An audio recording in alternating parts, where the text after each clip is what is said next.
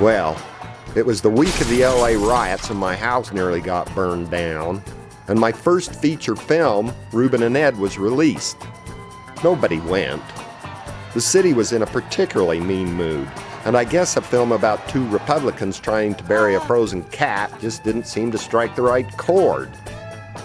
The critics were in a mean mood too. One doofus called my film the worst movie of the decade. About that same time, my girlfriend Laura decided to transform herself into an icy pit bull and walk out the door. Yes, I was in a cranky mood, but I was not, and I want to make this perfectly clear, in the midst of a midlife crisis. Anyway, it was time to get out of Hollywood, so I climbed in my old car and headed out. I had a new plan.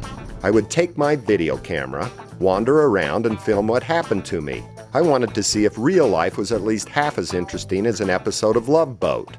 Joe's a nut licker. Now this is perfect example of what I was talking about. If we could find Joe and follow him long enough, we could probably find out why someone is going around the desert here writing Joe as a nut licker. I never really figured I would end up in Timbuktu, and I certainly wasn't prepared for what was about to happen. So I'm about, I don't know, 20 or 30 miles from Kanab, Utah right now.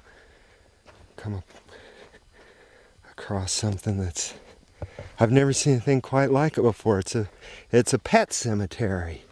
Here's Amber's buried right here next to Jethro.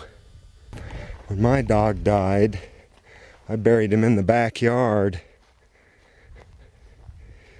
Wish I made a whole movie about somebody trying to figure out where to bury a cat. Oh, look at here. Rabbit Redford is buried right there.